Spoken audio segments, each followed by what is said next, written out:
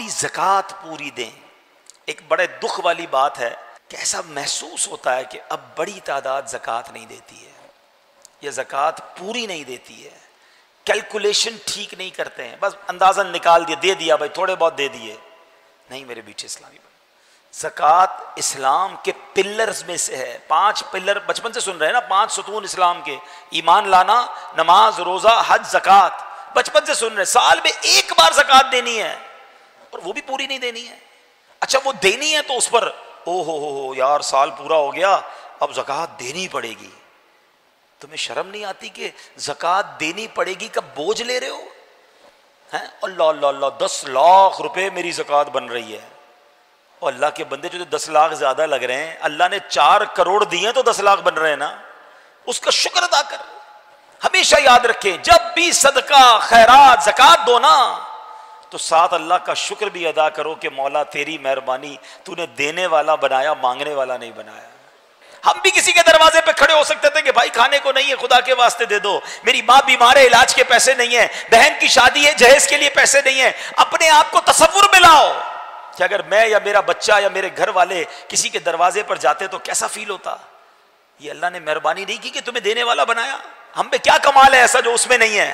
ये फकत अल्लाह की मेहरबानी है। हमसे ज्यादा समझदार, हमसे ज्यादा अक्लमंद, हमसे ज्यादा पढ़े लिखे, हमसे ज्यादा नेक लोग गरीब हैं और अल्लाह ने तुम्हें देने वाला बनाया है। जिस जिसको बनाया है कभी इतराना नहीं, कभी ये मत सोचना मैं दे रहा हूं, अरे मेरी औकात क्या है, मेरे रब ने मुझे ये रहमत फरमाई है। तो देना भी है, खुश भी होना है, सजदा भी करना है कि मौला तेरी मेहरबानी, तूने ये औकात बना दी मेरी। और यकीन जाने, ये लिख लें, बुजुर्ग बैठे पूछ लें इनसे, जिसने भी पूरी ज़कात दी है, हलाल कमाकर पूरी ज़कात दी है, अगले साल अल्लाह ने उसकी ज़कात और बढ़ा दी है। ज़कात बढ़ गई तो मतलब क्या हुआ?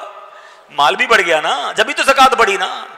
अच्छा कैलकुलेटर पता है क्या कहता है कि यार पैसे कम हो गए, 4 करोड़ थे, 10 लाख दे दिए, 3 करोड़ 90 रह गए, 1 लाख थे, 2,500 दे दिए, 97,500 रह गए। कैलकुलेटर तो बताएगा कि पैसे कम हो गए हैं, मगर आओ मैं नबी पाक की हदीस सुनाता हूं और हमारा ईमान नबी पाक पर है, हमने कलमा उनका पढ़ा है। मेरे आका फरमाते जिसका मजमून है कि मैं कसम उठाकर कहता हूं अल्लाह की राह में खर्च करने से माल कम नहीं होता। कैलकुलेटर ने जो कहना कहता रहे, तुम खर्च करो अल्लाह और बढ़ा देगा। किधर से आएगा? तुम्हारी कैलकुलेशन जवाब दे जाएगी।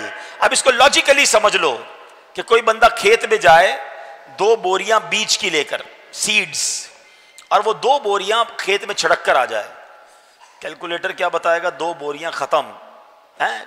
लोग कहेंगे 2 बोरियां लेकर गया, खाली करके आया, कुछ भी नहीं बचा।